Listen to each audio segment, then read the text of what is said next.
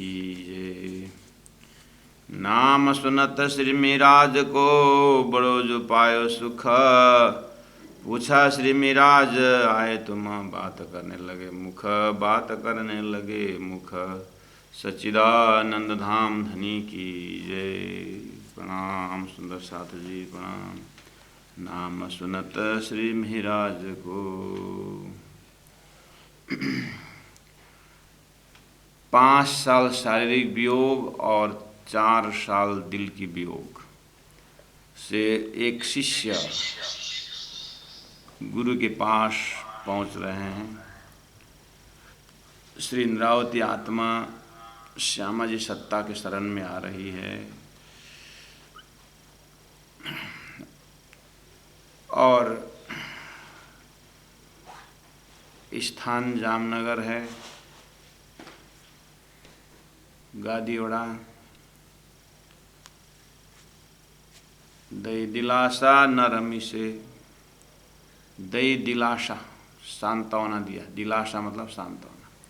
न रमी से मतलब प्रेम भरे भाव से कि आज तक जो जो जैसा जैसा हुआ। एक वास्तव में ये खेल है। मुझे भी अनुभव करनी थी, धनी ने करवाई। और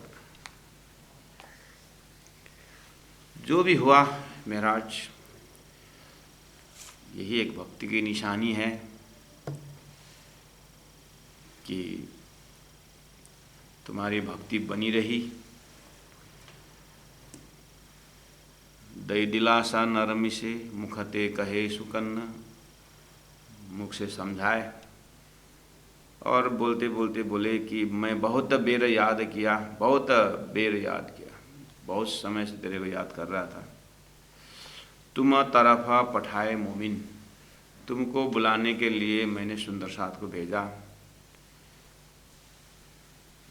मिराज ने कहा कि तब जवाब मिराज ने दिया श्री देवचंद्र जी को। सदगुरु महाराज को कहा, प्रभु समाचार तो पाया लेकिन बस पाया। समाचार तो पाया बस पाया।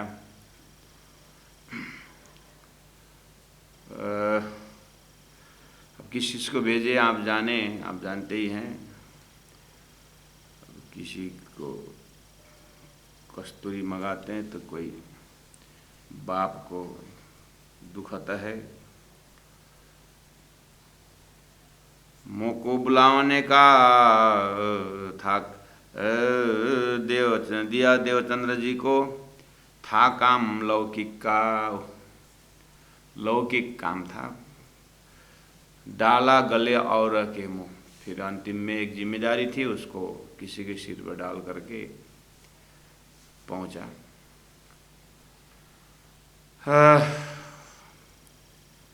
अब 9 बार गए बुलाने वाले। 9 में से लास्ट में एक भयंकर वाणी से ही हुआ। इसलिए बीच के जो 7-8 जाने तो बस संदेश देते, वो भी कुछ खाने के पीने के दवाइयाँ कुछ कुछ बोलते। मोह को बुलाने का किने न कया वचन। देखिए, आप जिस तरह से मुझे बुला रहे हैं ना, उस तरह से कोई नहीं बुलाता है। आप बीमार हैं, ठीक है, वही बात तो दवाई भेजते, बोल रहे दवाई भेजता हूँ। तो आप इनमें से थोड़ा सा हृदय में रखिए।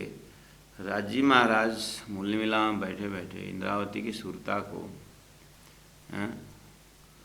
क्या खेल दिखा रहे हैं। और धरती में कितना दुश्मन। ये दोनों मुलाकात होगी तो फिर बात बिगड़ जाएगी करके अपने स्वार्थ के लिए संदेशा तक नहीं दे रहे हैं।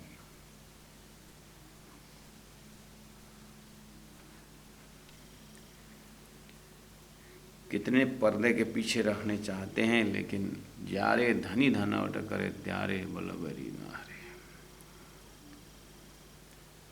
मुँह को बुलाने का किने न किया कया वचन। जब मैं सुना सुकन तब देखे कदम रोशन। जब मैं सुना सुकन, जब अंतिम में मुझे जैसे ही कहने वालों ने कह दिया कि आप जिस अवस्था से बुला रहे हैं, फिर तो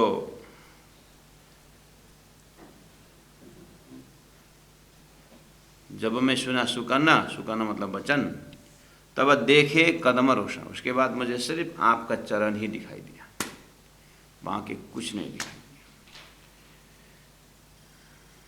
तो ये सारी बातें हो रही है। उसके बाद वो सिचुएशन आपको मालूम है, बिहारी जी एकदम खड़ा पहन के ठक ठक ठक चल रहे हैं, अंदर बाहर कर रहे हैं, बाल एकदम कान खड़ा करके सुन रहे हैं। अब तो फेरा न जाओगे, अब तो नहीं जाओगे कि लौकिक काम हो पड़ा, फिर लौकिक काम में जाओगे। सदगुरु पूछ रहे हैं, सुंदर सा जी ध्यान से सुनना, सो गए क्या सब? सुंदर सा, मैं इसलिए धीरे से दिमाग में सेटिंग कर रहा हूँ आपके दिमाग में कि ये इस वार्तालाप के पीछे, इस बातचीत के पीछे कितनी सारी बातें सदगुरु के हृदय में घूम रहा है, मेराज के हृदय में घूम रहा है। उधर बिहारी जी टेंशन में है, इधर बाल भाई एकदम चालाक होकर के सुन रही है। दोनों के बीच में क्या क्या बात होगी? अब ये तो लास्ट निर्णय है। फिर तब अब तो फेरा न जाओगे लौकिक काम ऊपर, अब तो नहीं जाओगे ना, कि फिर जाए कि आओगे? उत्तर दे नहीं पा रहे हैं मेरा ठाकुर। देवचंद महाराज पूछ ही रहे हैं, जब फिर दोबारा पूछे कि फिर जाए कि आओगे, कि फिर जा कर के आओगे काम इस्लाम पर, धर्म के लिए, धर्म के काम पर फिर जाके आओगे कि अब आए कि अब नहीं जाओगे? अब सदगुरु ने, अब मेरा ठाकुर ने क्या जवाब दिया? दो ऑप्शन दिया है। अब तो फिर न जाओगे, बैठे रहो, ये एक ऑप्शन। दूसरा ऑप्शन दिया है कि फिर जाए कि आओगे, कि एक बार जा करके 2-4 साल सर्विस करके थोड़ा पैसा कमा के आओगे। क्या सदगुरु क्या भावना है कि काम अधूरा है, फिर जाके आओगे कि अब आए सो आए, क्या करना? अब तो फिर न जाओगे लौकिक काम ऊपर, कि फिर जाएगे आओगे काम इस्लाम पर। राश्यामा जी, सुंदर सा जी, एक बार आंख सब बंद करिए और सदगुरु को याद करिए। और सदगुरु महाराज आपको एक प्रश्न पूछेंगे सपना में आकर के, आप क्या बोलोगे? सपना तो कि जागृत के कोई सदगुरु ऐसा पूछेंगे तो क्या बोलोगे? काम इस्लाम पर, धर्म के काम पर, इसके ऊपर जोर दे करके। आपको अब रिटायर होने में 2 महीना है। एज ए टीचर रिटायर होने 36 साल, 33 साल जो भी आपने सर्विस थी, 34 साल। अब सदगुरु महाराज पूछते हैं आपके जीवन के सदगुरु कि अब ये धर्म कार्य में लगोगे? बचा हुआ जीवन हमारे ऑफिस में एक कैशियर का सेवा है, आओगे? अब आप क्या जवाब देंगे? काम इस्लाम पर। अब बाकी जो समय है धर्म के लिए, हमारा दिमाग, हमारा आपका दिमाग क्या बोलेगा इस समय में?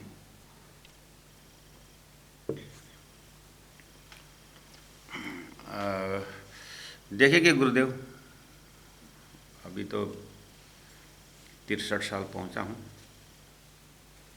रिटायरमेंट ही। अब रिटायरमेंट के बाद थोड़ा घूमना भी तो पड़ेगा गुरुदेव। 33-38 साल तो बस सरकार का सिंदूर लगाए हैं, तो थोड़ा घूम घाम करो, फिर जाके आओगे।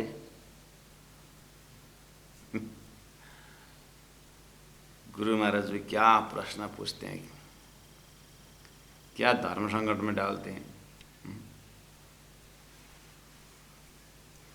नहीं तो तना पवित्र सेवा कर, धना पवित्र कर दान, माना पवित्र प्रभु भजन से हो त्रिविध कल्याण। नहीं तो अब 63 साल से उधर 63 साल तक में तो उम्र में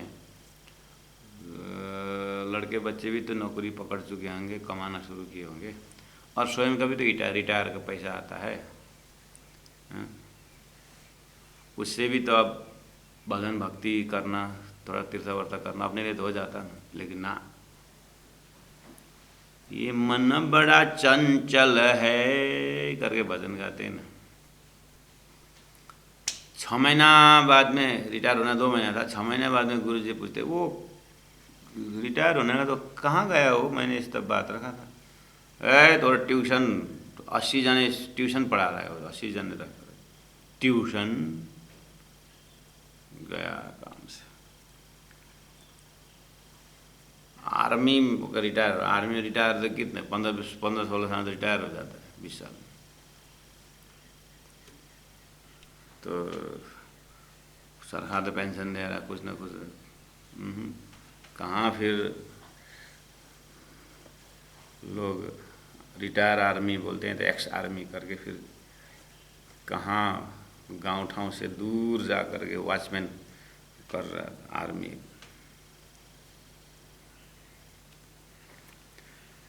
एक दो उदाहरण हम अपने प्रश्न के, अपने इस जीवन के ऊपर रख रहा हूँ। अब तो फेर न जाओगे लौकिक काम पर, कि फेर जाएगे आओगे काम इस्लाम पर, धर्म के काम पर फिर आओगे। गुरुजी मंगलदास जी ने बहुत को पूछा करते थे, अच्छा अब कुछ सेवा में आओगे? तो सुंदरसा जी इस चौपाई को आप जहाँ जहाँ कार्य क्षेत्र में है कृपया पूछ लेना अपने आप को, राज जी को क्या जवाब देंगे आप, बाकी जीवन क्या कैसा होगा। पढ़ाई पूरी हो गई, अब लौकिक काम में जाओगे कि धर्म के लिए आओगे? तालीम सीखोगे, धर्म का काम, कुछ ध्यान निधि ध्यान भजन कीर्तन ऐसा करोगे? महाराज पहला जीवन भी ऐसे ही गया, अब ये भी ऐसे ही जाएगा तो क्या मजा है।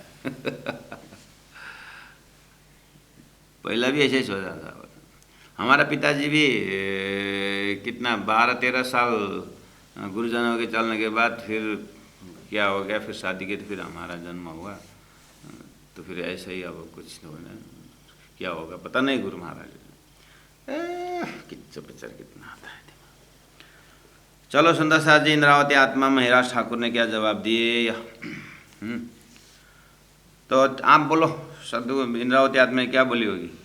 अब तो फेर न जाओगे लौकिक काम ऊपर, इंद्रावती आत्मा में क्या जवाब दी होगी? कि फेर जाए क्या आओगे?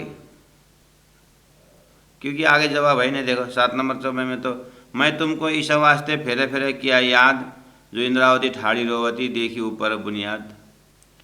मैं तुमको इसलिए बार बार याद कर रहा था कि इंद्रावती आत्मा रो रही थी, इसलिए अब अंदर इंद्रावती ठाड़ी रोवती, इंद्रावती खड़ी रो रही है, देखिए ऊपर बुनियाद। वो बुनियाद में शुरुआत जो है, मेरा धाम प्रवेश, जहाँ जिस धाम से आए थे वो बुनियाद, वो शुरुआत दौर पर मैंने देखा। इंद्रावती तो खड़ी रुदन है। इंद्रावती ने क्या जवाब दी, वो जवाब नहीं मिला। सतगुरु बोले यहाँ पर, अब देखता हूँ, मैं बैठ ना सकूँ धाम में, सतगुरु ही बोल रहे हैं, मैं धाम में प्रवेश नहीं कर पाया, तहाँ इनको रोती देखा, इनको इंद्रावती को रोती देख करके मैं धाम में प्रवेश नहीं कर सका। तिस वास्ते मैं तुमको बुलाया कर विशेष, तिस वास्ते मैं तुमको, इंद्रावती रो रही थी धाम दरवाजा में, इसलिए मैं बैठ नहीं सका, मैं प्रवेश नहीं कर सका, इसलिए तुमको बुला। अगर इसका मतलब इंद्रावती नहीं रोती तो फिर सतगुरु चले जाते। इंद्रावती तो मेरा ठाकुर तो हाँ बस कला जी के पास सर्विस करते रहे, यही हुआ ना। मैंने तुमको बुलाया नहीं महाराज, ऐसा है। तिस वास्ते मैं तुमको बुलाया क्योंकि मैं पैर न सकूँ धाम, ता इनको रोती देखा, बुलाया कर विशेष।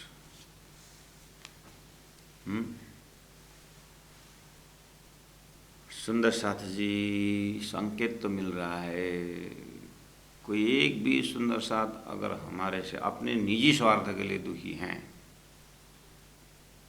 हमने अपने स्वार्थ के लिए किसी को दुखी बनाए हैं, धाम दरवाज़ा बंद होगा सुंदर सा।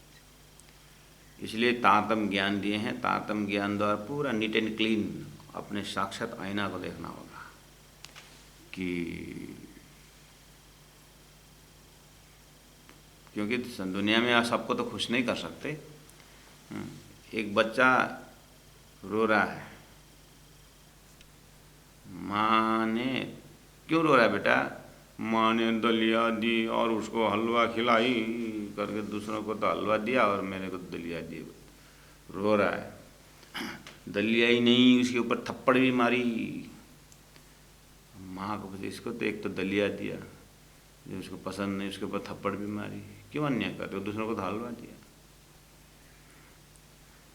अरे इसका पेट लूज मोशन है, अब इसको दूध में हलवा खिला के मारना है, उसको खाना दलिया दही है, दवाई। तो पहला वाला उसका वचन सुनेंगे तो सामने वाला क्या बोलेंगे? माँ कैसे पार्शियलिटी करती करके बोलेंगे। लेकिन वात्सल्यता में खड़े होकर के देखिए कितना प्रेम है। बस यही बात तो समझ में नहीं आती। हमें दुनिया का स्वाद लगा हुआ गुनाहों इंद्रियों में सदगुरु का गुण फिरावा प्रकरण जैसा अच्छा नहीं लगता। बस उतना ही समझना है। मैं बैठ न सकूं धाम में तहाँ इनको रोती देखा। संसार को सब तो खुश नहीं कर सकते हैं, लेकिन इतना ज़रूर होश में होना चाहिए कि माँ बिल्कुल ज़रूर होश में। अगर बच्चा का खुशी करने के लिए अगर वो हलवा खिला देती तो वो उसको मेहर नहीं बोलेंगे। यहाँ दलिया ही मेहर है, थप्पड़ ही मेहर है। समझे? गुरु जी मंगलदास जी ने इसी जगह बोले, बिल्ली दूध पी रही तो कोई नहीं देखता, बिल्ली को मारा हुआ कोई देखता है करके गुरु जी ने सुक्ति में कहा है।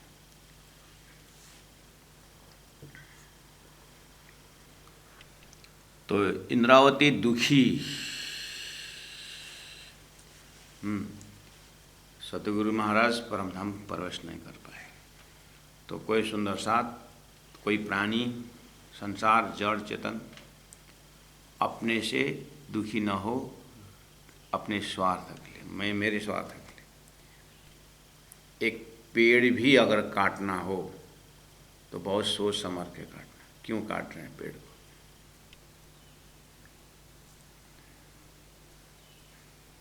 अपने निजी घर बनाने के लिए ठीक है, जरूरी है निजी घर, लेकिन घर में कितना ज़रूरत है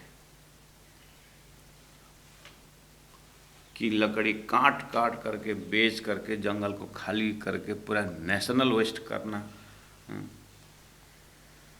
सरकार कितना रोक सकता है इन हर चीज़ को? अपने निजी के लिए लोग अपने घर के जो गंदा नाला जो जाकर नदी में डाल देते।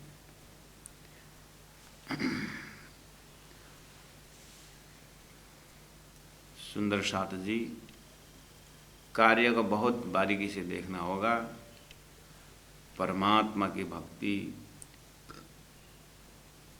करने तो भक्ति तो उसका स्वभाव है, लगी जाएगा, लेकिन ये जो अभक्तिपना जो कार्य है ना, इसमें ज़्यादा होश पहुँचाना होता है। मैं बैठ न सकूं धाम में ताइन न करोती देखा, इस वास्ते मैं तुमको बुलाया कर विशेष करके बुलाया। अब जवाब नहीं आया है सदगुरु महाप्राण जी, क्या बोलेंगे? फिर जाके आओगे कि फिर नहीं जाओगे? इंद्रावती आत्मा के जवाब नहीं मिल रहा है।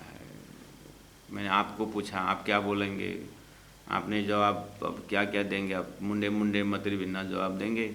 कम से कम इंद्रावती ने क्या जवाब दी वो हम फॉलो करें तो काम हो जाता। अब तो भला भया तुम आए जो था, इसका मतलब मौनम स्वीकृति लक्षणम हुआ। अब तो भला भया तुम आए जो था, हाव भाव से समझ में आ गया कि अब तुम नहीं जाओगे, यही बात है। मुँह को अति सुख उपजा, अब मुझे बहुत खुशी हुई, अब मैं हुक्म कर रहा था, अब मैं हुक्म कर रहा था। अब तुम पूरी तरह आए हो। इसका मतलब सत्यनारायण जी ने बताए और लाला श्री महाराज ने कोट नहीं किया भी हो सकता है। नहीं तो सदगुरु के शब्द से अब तो भला भया तुम आए जो इतना, इसका मतलब तुम जाके आओगे, अब मतलब तुम आ गए, अब नहीं जाओगे। मोको अति भला अति सुख उपजा, अब मैं हुकुम करता।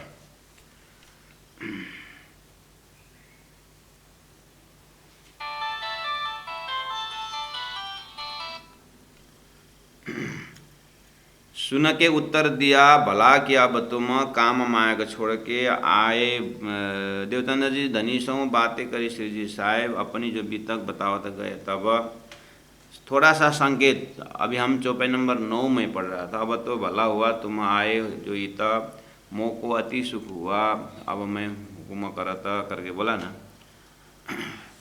चौपाई नंबर 18, 17, 18 में संकेत मिल रहा है। क्या बोला सतगुरु मेरा इंद्रावती आत्मा ने, क्या बोली देखना।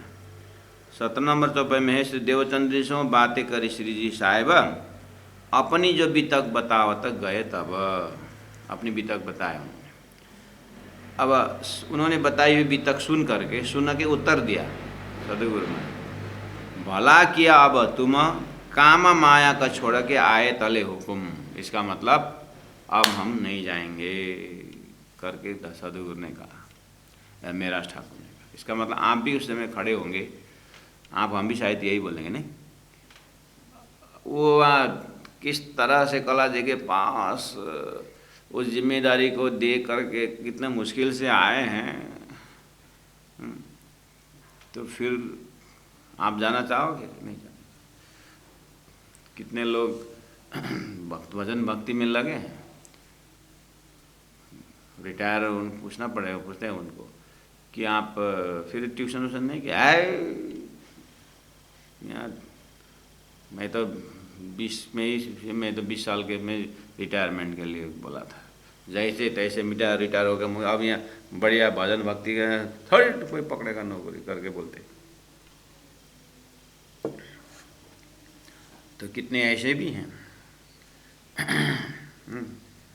तो इसका मतलब आपका भी जवाब यही रहेगा, नहीं प्रभु मैं अब आ गया। तो जब हम आप बोल सकते हैं तो चलो, सदगुरु महाराज को विश्वास दिलाया इंद्रावती आत्मा ने कि अब मैं नहीं जाऊंगा लौकिक काम पर। 1712 की बात है, ठीक है। वचन दिया ना, हो अब देखना चौबे तो कब आएगी आप भूल भी जाओगे, मैं भी बता देता हूँ। सदगुरु को विश्वास दिलाया, सदगुरु खुश भी हो गए। अब तो भला भया तुम आए जो इता बोले है, और सुन के उत्तर दिया भला किया अब तुम काम माया को छोड़ के आए तले हुकुम। पूरा विश्वास दिलाया। 12 की बात है। अब सदगुरु में धाम जाते हैं। 12 में 13, 14, 15, वो 15 में नज़रबंदी में जाना पड़ा ना। 1 साल नज़रबंदी रहे ना। वो क्यों नज़रबंदी में रहे? 1 साल नज़रबंदी में क्यों जाना पड़ा?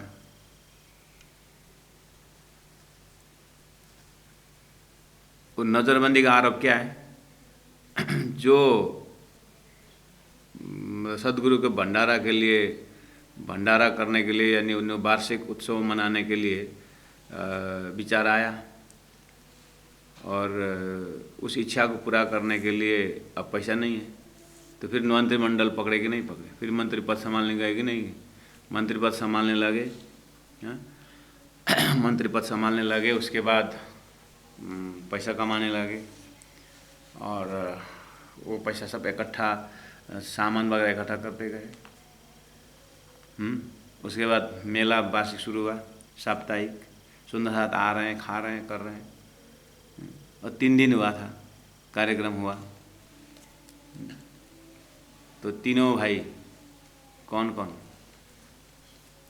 उद्धव ठाकुर भाई, स्वयं मेहराज और उनसे बड़े श्यामल, तीनों को नज़रबंदी जाना पड़ेगा 1 साल तक। मैं नहीं जाऊंगा बोले थे, फिर 1715 में, फिर 12 में, 1714 में फिर नौकरी पकड़े कि नहीं पकड़े? देखो, इसीलिए नज़रबंदी में जाना पड़ा। बानी उतरी, विजय हुआ, मैं 3 जुद्ध किया, फरी पछे गता माता मारी हरी। 3 युद्ध में तो जीते, बानी उतरी, ठीक है, बानी तो उतरी, लेकिन साधु को दिया हुआ वचन फिर नौकरी करने गए कि नहीं गए। ठीक है, बानी उतरी और 1715 में फिर आए, फिर 16, 16 फिर उस बिहारी जी के साथ मिल करके ही सदगुरु काम कर रहे हैं। फिर जाते हैं, फिर गांव बसाने के लिए गए कि नहीं गए वहाँ? जूनागढ़ गए ना? अच्छा, जूनागढ़ में 2 साल रहे, ठीक।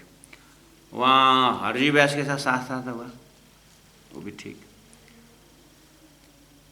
उसके बाद आकाशवाणी हुई, मतलब अंदर से आवाज़ आई कि नौतनपुरी मतलब जामनगर खतरा में है, मुसलमानों ने आक्रमण किए, करने की मतलब सलाह हो रही। अंदर से प्रेरणा आई, सदगुरु महाराज का गादी भी चली जाएगी, सुंदर साहब तकलीफ में होंगे, देश भी भारत का मतलब जामनगर हिंदू राजा का नाम खाया हूँ, हिंदुत्व अपना बचाना पड़ेगा। तो 2 साल वहाँ रह करके,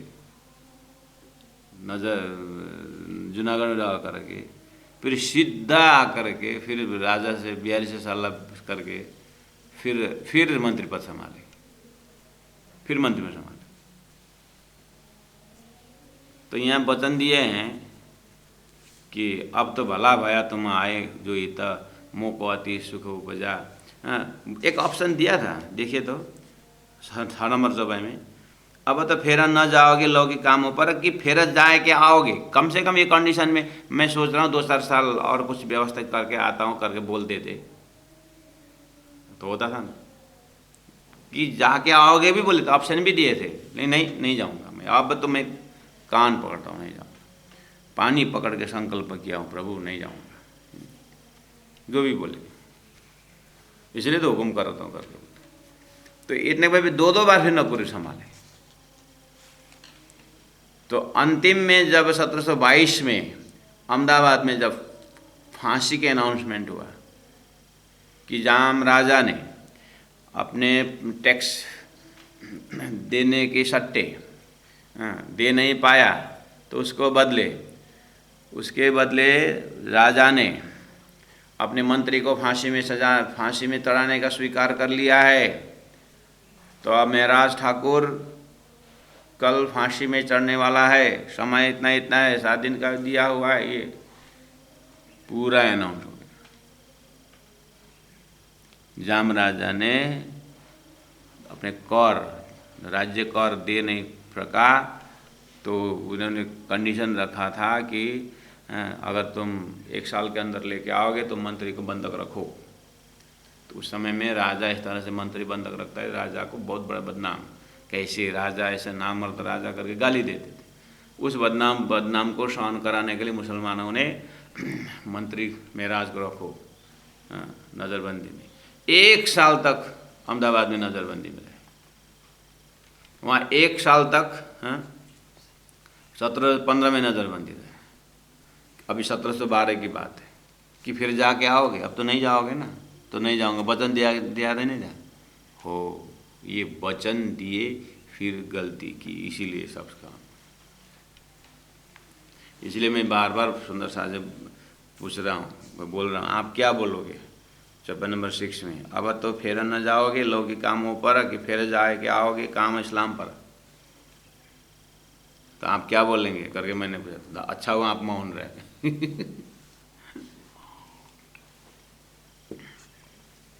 कितने सुंदर से बोल रहे हैं, अच्छा हुआ मैं कुछ नहीं बोला, पता नहीं क्या वचन देते, कर नहीं पाए तो क्या होगा। अच्छा, मोंकी गॉड लैडर। इंद्रावती आत्मा महराज ठाकुर के ऊपर इसके साथ तुलना मत करिए, ये इनको तो तैयारी करने लगे, धनी ने हाँ, हुक्म के रस्सी में रखे हुए हैं। हाँ, अच्छा एक काम, एक सिंपल बातें करेंगे। हाँ, चलो 1714 में महराज ठाकुर ने नौकरी पकड़ी, ठीक है, नौकरी पकड़ी कि फुलबाई को साड़ी पहनाने के लिए हैं, अपने 3 पीस खरीदने के लिए क्यों नौकरी पकड़े थे? मैं अपने हाथ की कमाई से सुंदर हाथ की सेवा करूंगा, उसीलिए उस उद्देश्य से पकड़े थे। अब अपने रिटायरमेंट के पैसा मेरा आ रहा है, अब मैं 10 साल और नौकरी करूंगा, लेकिन एक एक पैसा मैं सुंदर साथ की सेवा के लिए, राज्य की वाणी छपाने के लिए, राज्य के प्रचार प्रसार के लिए, कोई धर्म प्रचार के लिए, तो कोई धर्म प्रचार कर रहे हैं तो उनके लिए, महेंद्र बनारस रायगढ़ में इतने 50-100 विद्यार्थी रखते हैं तो उनके लिए करके, ये सब विचार करके कोई कमाते हैं रिटायर?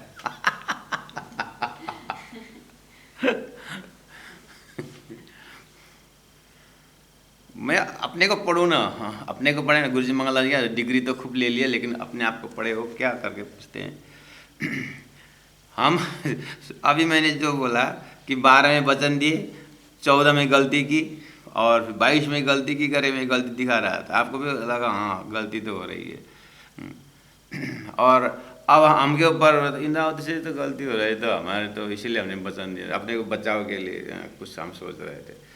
इंद्रावती आत्मा ने 1714 में जो नौकरी ली वो अपने स्वार्थ के लिए नहीं, सुंदर साथ जी सदगुरु महाराज के वार्षिक महोत्सव में सब सुंदर साथ को वार्षिक में सब सुंदर साथ इकट्ठा करेंगे और इकट्ठा करके बंदेज की अति उत्तम पर घर की निदर्शक तारतम बढ़िया से प्रबंध करेंगे, सुंदर साथ दूर दूर से बनाएं, क्योंकि कोई ठटानगर में है, कोई कहाँ है, कोई दीप बंदर में, जयराम कंसारा जैसे दीप बंदर में है, और कहाँ कहाँ सुंदर साथ हैं। और 1712 में सतगुरु महाराज धाम गए, 13 में नहीं आए, 14 में नहीं आए, सुंदर साथ इकट्ठा कर नहीं पा रहे हैं, सब इकट्ठा होंगे। और बिहार जी के भी कितने शिष्य हो चुके हैं, सबको सतगुरु को याद दिलाएं और सतगुरु के विषय में 7 दिन तक बढ़िया करें, क्योंकि वो लोग वहाँ शंकराचार्य के मनाते हैं, कोई माधवाचार्य के बनाते हैं, वल्लभाचार्य का सम्मान मनाते हैं, वहाँ पर क्या कितने कितने मेला करते हैं। पहले से कृष्ण भक्ति के धारा में लोग जुटे हुए हैं, भक्ति परंपरा हम इस तरह से कर रहे हैं, तो हम सुंदर साथ को कैसे इकट्ठा करेंगे? वहाँ वल्लभाचार्य के शिष्य लोग इकट्ठा होकर के उनको गुरु को याद करते हैं, और हमारे सदगुरु को कौन याद करेगा अगर हम नहीं करेंगे तो? लेकिन क्या करें, धर्म जो है धन के बिना होता ही नहीं। और सुंदर साथ कहाँ कहाँ मांगने जाएं, सोचा कि नहीं थोड़ा बहुत अब जो मैं मंत्री पद संभालूंगा वो कमाई से मैं सुंदर साथ को व्यवस्था करूंगा करके इस उद्देश्य से नौकरी पकड़े थे। हाँ, ये इंद्रावती का कितना ऊंची उद्देश्य देखिए तो। हमारे जिंदगी इतने आ गया तो बहुत कुछ है, लेकिन राज्य के नज़र में फिर खड़े हो गए, सतगुरु के हृदय में बैठ करके फिर इंद्रावती के डिसीजन को देखिए। अब इस डिसीजन को कौन सिफारिश नहीं करेगा? जब इंद्रावती के हृदय ने सिफारिश किया कि मैं खुद अपने नाखून से कमा करके मेहनत से, अपनी मेहनत से मैं सुंदर साथ को सेवा करूंगा, ये कौन मना कर सकता है? इंद्रावती के हृदय ने तो कबूल किया, और दूसरा कौन होगा उनके डिसीजन को फेल करने वाला? एक ही होगा, या तो सदगुरु या तो राजी महाराज। अब राजी महाराज हृदय में जाके देखिए, मैंने इंद्रावती को इतना मेहनत करके यहाँ तक बनाया, वही मेला करने के लिए इकट्ठा करके, हाँ, ये चीनी, तेल, नमक, ये इकट्ठा करने के लिए मैंने नौकरी को, ये मतलब इंद्रावती को तैयार किया हूँ। इंद्रावती को रोल इतना ही है, इंद्रावती की जिम्मेदारी इतना ही है। मूल मिला में इंद्राजी को सोचे तो इंद्रावती अब तू भी ये करने लगेगी तो फिर ये मूल मिलावा का इकट्ठा का तारतम्य ज्ञान दे करके कौन सुंदर साथ इकट्ठा करेगा? मेरा जो काम है सुंदर साथ को जगाना, और सदगुरु का जो लक्ष्य है कि बोले हैं कि शाकुंडल शाकुमार को ढूंढ के निकालना है। ये सारी बात 1722 के अंदर, 1712 में 22 दिन बैठ करके सारी बातें, अंतरंग बातें बताई है। मूल मिलावा वाले को कबूल हुआ, बस निर्णय मूल मिलावा वाले कर सकते हैं। इंद्रावती के दर्जा में नौकरी करके इकट्ठा करना ये कबूल नहीं है। हमारे लिए बहुत कुछ हो सकता है, बस इसीलिए उनको। और राजी महाराज खुश नहीं, तेरा ये नून तेल का सेवा नहीं है, इसलिए संकेत कर दिए कि वाणी जैसे उतरे, हाँ अच्छा राज्य की ये सेवा करनी है मुझे, करके आए। और दिमाग में 15 में ये काम किया, 15 में ऐसा 16, 17, 18 तक तो ये काम हो रहा था, वहाँ शास्त्रार्थ होकर के विजय भी हो गए। हाँ, हरजी व्यास को मुखमर्दन भी कर दिए। फिर देश की सेवा के लिए, जाति की सेवा के लिए, हिंदुत्व के सेवा के लिए वसुधैव कुटुंबकम करके फिर जा करके नौकर संभाले। प्राण राज ने वहाँ पे थप्पड़ है, तेरा वसुधैव हिंदू ही है क्या? है? तेरा वसुधैव इतना ही है? सुख शीतल करूं संसार कब बोलेगा? फिर वहां पर झटका लगा करके, वहां तो इतना कि फांसी का ही होने, यहां तक धमकी देना पड़ा, तब जाकर के हिल गए, मेरा उद्देश्य तो ये कहाँ। फिर जैसे ही वह भाग करके साड़ी पहन के निकलना पड़ा। भाई जब तक दुनिया में साड़ी पहनने का अर्थ है, जब तक पूरी तरह पर्दा फांस न हो, राज्य उठाएंगे नहीं। इंद्रावती को आप जब बंदर में पहुंचने के बाद पानी पकड़ के संकल्प किया, राज्य महाराज सदगुरु आपने जो पूछा था आज अर्थ लगा मेरे को, अब मैं कहीं नहीं रोकूंगा। नलिया में जब बिहारी जी बोलते हैं कि महाराज तुम जामनगर तो जा नहीं सकोगे, राजनीति माहौल बिगड़ गया है तुम्हारा, जेल से भाग करके निकले हो तो जामनगर जा नहीं सकते हो, मैं यहीं बोल देता हूँ, यहीं पर नौकरी करो। उस समय में दिल से बोले बिहारी जी, गुरुपुत्र बिहारी जी, क्या नौकरी, मैं तो 14 लोग भी मुझे सौंप देना, मुझे नहीं चाहिए। ऐसे राजा महाराज, मंत्री तो क्या, राजा महाराजा को तारतम से समझा करके आपके चरण में पहुंचा दूंगा, आप तारतम दे देना, ये काम करने के लिए निकलेंगे हम। क्या जोश से बोले, जाएगा अभी तक समझ आएगा। ये सब पीछे आने वाला, इसलिए मैं पहले आपको कह दिया कि यहाँ पर अब फेर तो न जाओगे, लोगे काम ऊपर, कि फेर जाए क्या आओगे काम इस्लाम पर, पूछा था ना। तो उस समय में यहाँ प्रश्न नहीं दिखाई दे रहा है, लेकिन सदगुरु के शब्द से पता चल रहा है कि सुन के उत्तर दे भला किया, अब तुम काम माया का छोड़ के आए तले हुकुम बोला। ठीक है सुंदर साहब जी, उतना थोड़ा सा दिमाग में रख करके चौपाई दे। फिर मैं चौपाई धीरे से जा रहा हूँ। मैं तुमको इस वास्ते फेर फिर किया याद, जो इंद्रावती ठाड़ी रोवती देखी ऊपर बुनियाद, मैं बैठ न सकूँ धाम में तहाँ इनको रोती देखा, तिस वास्ते मैं तुमको बुलाया कर अभिषेक। ला अब तो भला भया तुम आए, जो इत मोको अति सुख उपजा, अब मैं हुक्म करत। ला अब हुक्म करने के लिए, अब क्या क्या हुक्म करते हैं। अब हुक्म देने का, हुक्म करने से पहले तो खानों भी, भोजन भी तो देना पड़ेगा ना।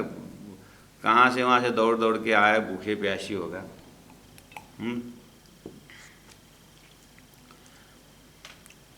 फिर थाल प्रसाद सो भराए के धराया ज्ञान। ल भोजन प्रसाद आ गया सुंदर साथ जी, महाराज ठाकुर के सामने भोजन आया।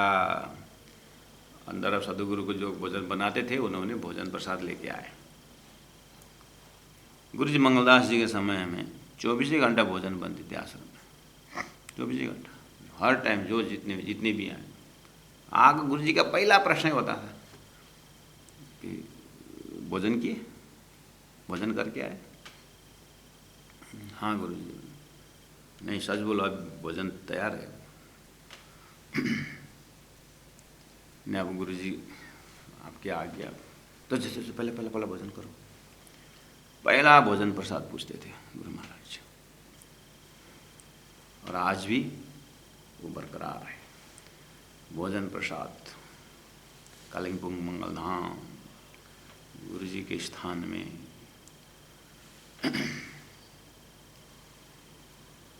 फिर थाला प्रसाद सो भराए के।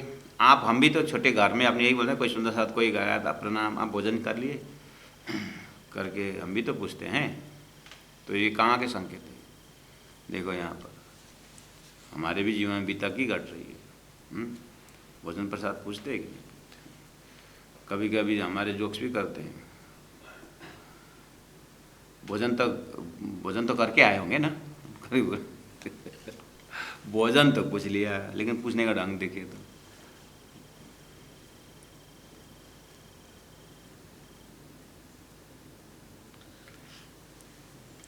महापुरुषों का अनुभव बताता है कि घर में किसी को भोजन कराने से कभी अन्न की कमी नहीं होती है।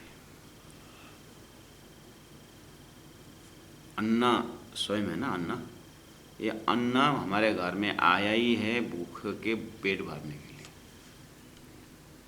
अन्न का हमारे घर में जो चावल दाल जो भी है ना, वो आया ही है किसी भूखे की सेवा करने के लिए है।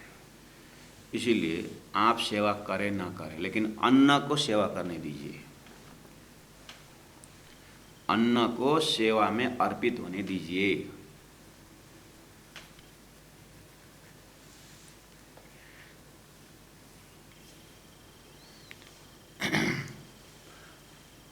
आपके घर में कुछ भी कमी नहीं रहेगी। एक बार गुरुजी मंगलदास जी आचार्य श्री धर्मदास जी महाराज का पूर्वांचल यात्रा था, कालिम्पोंग सिक्किम दार्जिलिंग तरफ का। सिलीगुड़ी में पहुंचने के बाद उनको जाना था नेपाल झापा दुआगढ़ी में जाना था, दुआगढ़ी के मंदिर में, दुआगढ़ी चंद्रगढ़ी बोलते, वहाँ मंदिर में जाना था महाराज श्री को। सिलीगुड़ी में स्वास्थ्य इतना बिगड़ गया, महाराज श्री जा नहीं सके। तो बोले मंगलदास तुम जाओ, सुंदर सा जी राह देख रहे होंगे, अब मैं जा नहीं सका, मेरा प्रणाम लेके जाओ। अब तत्कालीन समय के गुरुजी मंगलदास जी पहुँचना, तो गुरु आचार्य श्री का आज्ञा लेकर, ठीक है आचार्य श्री आप आराम करिए, मैं जाता हूँ। तो गुरुजी की पहुँचे, तो रात को पहुँचे। अब छोटा सा रूम, और इधर में गुरुजी को आराम करने दिए, पतला सा कुछ बोरी का या कुछ ऐसा कुछ पर्दा लगे, उसके ऊपर कल अब 3 दिन कार्यक्रम है, किस तरह से तारतम्य किया कार्यक्रम किया जाए करके वहाँ पर मीटिंग हो रहे थे कमेटी का। गुरुजी इधर सोए हुए हैं आराम से, तो वहाँ मीटिंग कर रहे हैं। 3 दिन का कार्यक्रम है, चावल दाल का क्या पोजीशन है। एक ने बोला, मैम कमेटी मेंबर ने, अब गुरुजी की महाराज श्री गुरुजी की तैयारी है, वो तैयारी के हिसाब से तो चावल कम पड़ेगा भाई। तो फिर किसी एक सेठ थे वहीं पर, उनको बोलना पड़ेगा, अब ये 3 दिन तो कहाँ ढूंढने जाएं, लेकिन वो हमें को जितना लगता है चावल व्यवस्था कर दें, जो खर्चा लगेगा बाद में फिर थोड़ा कार्यक्रम खत्म होने के बाद कहीं मांग करके फिर उसको बराबर करेंगे। ऐसा मीटिंग चल रही थी। गुरुजी इधर सोए सुन रहे थे। गुरुजी जैसे उठे और गए मीटिंग में, क्या सलाह हो रहा है? नहीं गुरुजी कल के लिए सोच रहे हैं। उस मीटिंग में जो उपस्थित थे, आज भी वो आत्मा अभी भी हैं, बूढ़े हो गए हैं लेकिन है, उनके मुख से हमने सुना है। तो आज भी दुआगढ़ी में उपस्थित हैं, और भी होंगे, लेकिन वो तो जो साक्षात थे वो मुझे बता रहे, वो मीटिंग में वो भी थे। तो गुरुजी गए और क्या हो रहा है मीटिंग में, क्या कुछ मुसीबतें हैं क्या? नहीं गुरुजी थोड़ा व्यवस्थापन को देख रहे, तुम्हारा स्टोर कहाँ है दिखाओ करके बोले। तुम्हारा स्टोर कहाँ है करके, तो गुरुजी ले गए। गुरुजी ने ऐसा स्टोर घूमे और सब जो भी थे, जो भी वहाँ पर बोरी चावल के बोरी, जो भी दाल हो, जो भी है, ऐसा चलो बढ़िया से करना, खुशी से सेवा करना, तुम्हें कमी नहीं होगी करके आकर सो गए। अब 3 दिन भंडारा चला, इतना भंडारा चला, इतना अन्न आया कि बोलते हैं वो कार्यक्रम खत्म होने के बाद भी उस मंदिर संचालन के लिए साल भर के लिए अन्न इकट्ठा हुआ था। आज भी वो सुंदर साथ जी बताते। श्री कृष्ण प्रेमी साधन रायगढ़, यहाँ राजी की कृपा कि 100-200 विद्यार्थी जो भी आए, सुंदर साथ और गुरु जी सदानंद जी महाराज, गुरु जी मोहन प्रियचर्य जी महाराज जब भी आते हैं सब राउंड मार के जाते हैं और तो वहाँ घूम घाम के जाते हैं। आचार्य श्री सूर्यनंद महाराज जी आकर के एक एक यहाँ सब हमारे जो सब्जी लगाए थे सब घूम घाम के गए। तो बोलते कि ये प्रशिक्षण देना बहुत ज़रूरी है, समाज को ज़रूरी है, इसलिए इसको रनिंग सुंदर ढंग से होना चाहिए। उन गुरुजनों के आशीर्वाद से हम यहाँ 200 विद्यार्थी रखे, हमें यहाँ अन्न की कमी नहीं होती। राजी महाराज कहीं ना कहीं से भेज देते। यहाँ हमारा कुछ हम तो ये चौकीदार हैं, मालिक राजी महाराज के प्रतिनिधि स्वरूप हैं। हम तो चौकीदार हैं, ड्यूटी बचाते हैं, करना उनको ही सुंदर। तो छोटे से अनुभव से मैं आपको बोल रहा हूँ कि घर में कोई सुंदर साथ आए, कोई भी आए, अगर भूखे पहले भोजन पूछिए और देते समय बहुत सम्मान के साथ दे दीजिए। सामने वाला कौन खा रहे मत दीजिए, आप जो अन्न दे रहे हो, अन्नम ब्रह्म है, इनको सम्मान करिए, थाली में प्रेम से रखिए, ऊपर से ऐसा नहीं। सामने वाला कुछ भी भिखारी है कि कुछ भी है, ये अन्न दे रहे हैं, अन्न को सम्मान के साथ दीजिए, इनको प्रेम से उस जठा अग्नि में जाकर के सेवा करने दीजिए। बस फिर आपके घर में कोई कमी नहीं रहेगी और प्रसाद स्वरूप हर सामग्री हो जाएगा और वो प्रसाद ग्रहण करने वाले घर में अशांति कभी हो गई थी, वो प्रेम का धारा बहने शुरू होगा।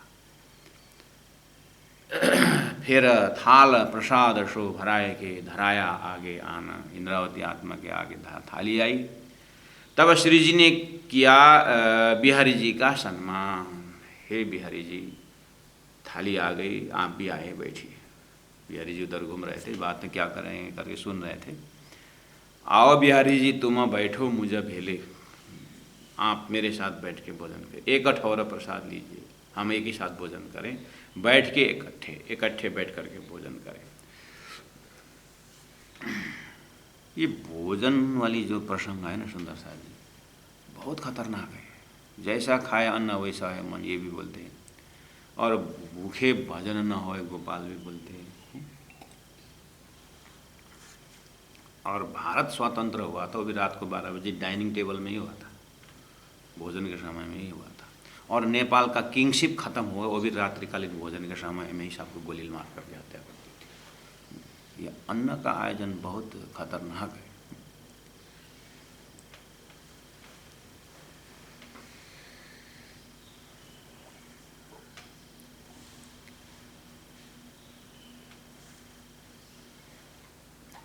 अब बिहारी जी को आग्रह कर रहे हैं कि आके बैठ के खाएं साथ में। और सुंदर साहब जी, गुजराती संस्कृति में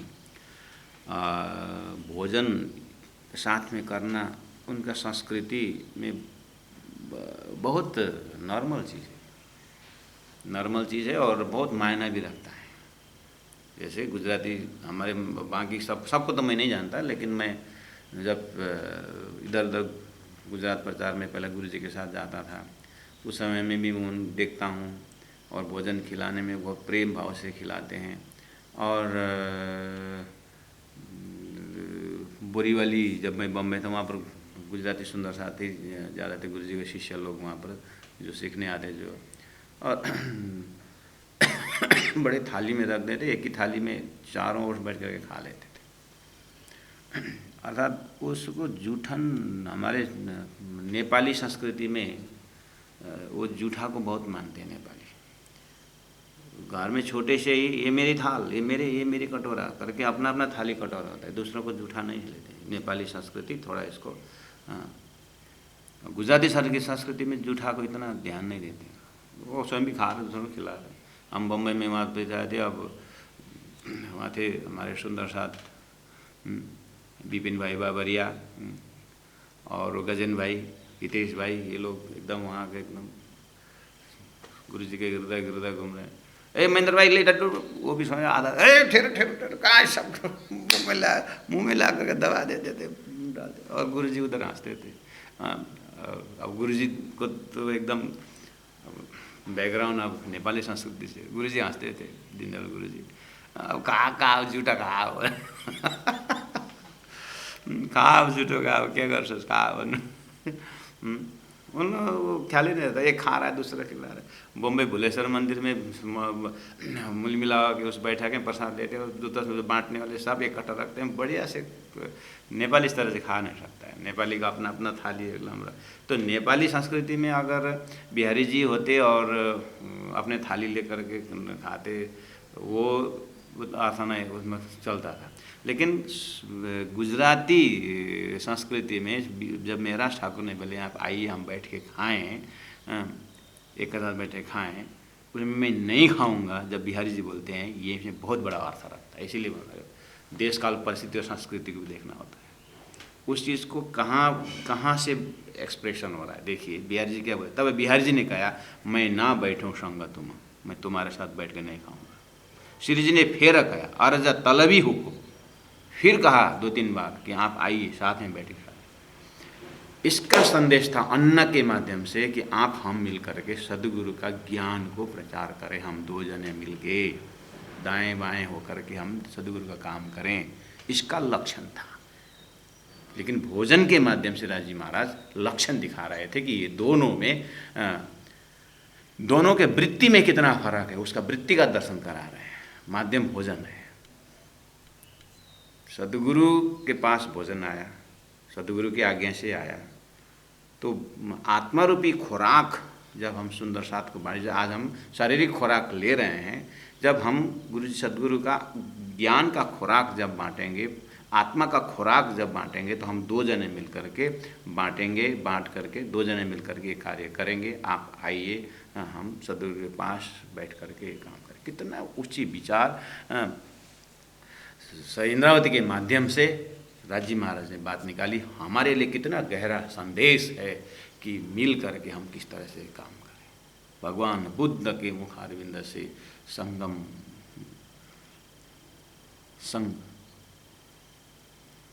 इकट्ठा, तो बोलते हैं ना कि 5 भाई लड़ते थे, लड़के, तो पिताजी ने एक 3 का ले आए, ए टूटा, तो टूटा दिया, दूसरा को बोला ये टूटा, 5 को इकट्ठा 3 का किया, और अब इसको टूटा, बोले तो टूटा नहीं सके। बोले तुम 5 बेटे हो ना, तो इकट्ठा रहोगे तो तुम मजबूत बनोगे, अगर तितर बितर हो जाओगे तो फिर तुम समाज में कुछ नहीं कर सको। इसलिए सुंदर साथ जमात जो है, ये जमात का आनंद कुछ अलग है। गुरु जी ने सुक्ति में कहा है, छोटे छोटे जो झाड़ू लगाते हैं ना, तो एक 2 चने का जो दाना इधर उधर हो तो झाड़ू के साथ साथ बाहर आता है। लेकिन यहाँ भी वहाँ भी बहुत सारे दाना, चने का जो दाना अगर इधर उधर हो तो फिर सब देख रहे ये तो बहुत है करके इकट्ठा करके फिर चावल की बोरी में, चना की बोरी में उस जमात में पहुँचा देते हैं। इसलिए गुरु जी ने कहा है जमात तोड़ने का काम मत करो, जमात जोड़ने का काम करो। तो उस समय सुई का उदाहरण और कैंची को उदाहरण देते हैं संतों ने। कितने उदाहरण ऐसे हैं कि सुई जिस तरह से जोड़ता है, कैंची काटता है, कैंची का काम मत करो, सुई का काम करो, धागा का काम करो।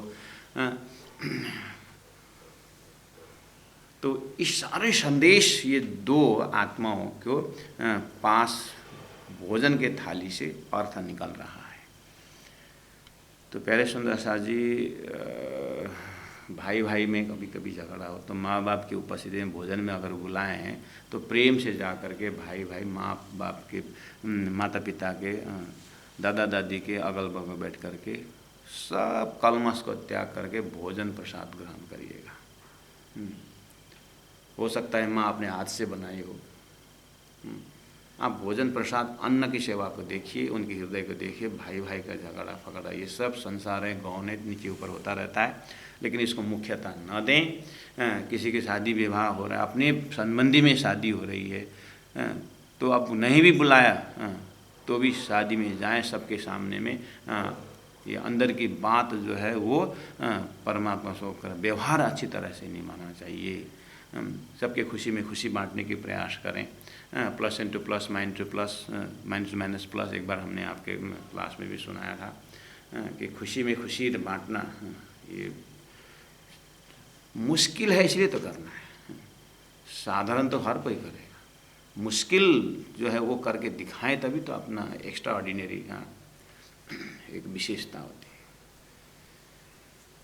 तो ये सब जो है गुरुजी ने सुक्ति में कहा है, उदाहरण देकर के।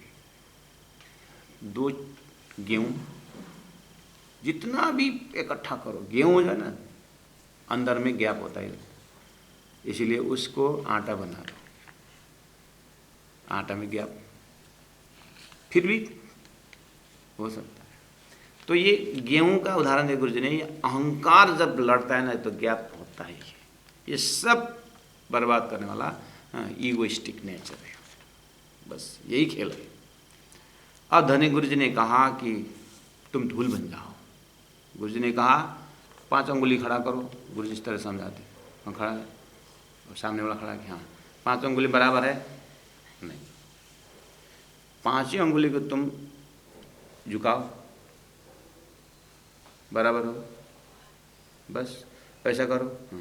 देखो ऐसा करने से यहाँ पर कुछ टिकता था, नहीं टिकता था, अंगुली भी बराबर नहीं, लेकिन इसी को झुकाओगे ना बराबर हो गया और प्रसाद भी टिकेगा।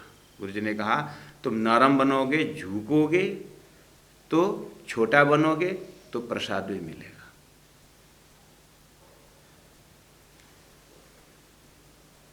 सबसे छोटा बनकर के काम निकालना जो है, ये सीखी सिखाई कुछ हद तक काम करेगा। करते करते अंदर से ये प्रकट हो जाए जिस दिन, तो फिर बेड़ा पार होगा। तो गुरुजी ने कहा वो गेहूं का दाना को धूल करो, मतलब आटा बन गया। आटा तक भी ऐसा मत मानना कि फाइनल हो गया। तुम रहियो रेणु समान, चरण के धूल के बन के रहो, ठीक है। आटा तक भी हवा हुंडरे आएगा ना, फिर धूल आटा कहाँ से कहाँ पहुँचा देगा। से जल्दी धूल होने के बाद धनी का प्रेम रूपी पानी डाली दो, और प्रेम रूपी पानी डालकर के आटा को देखिए, अब तो हवा और तूफान जो भी ऐसे जुट के बैठेंगे कि सारा संसार एक तरफ हो तो भी हम सुंदर साथ का जो प्रेम है ना कोई हिला नहीं सकता है।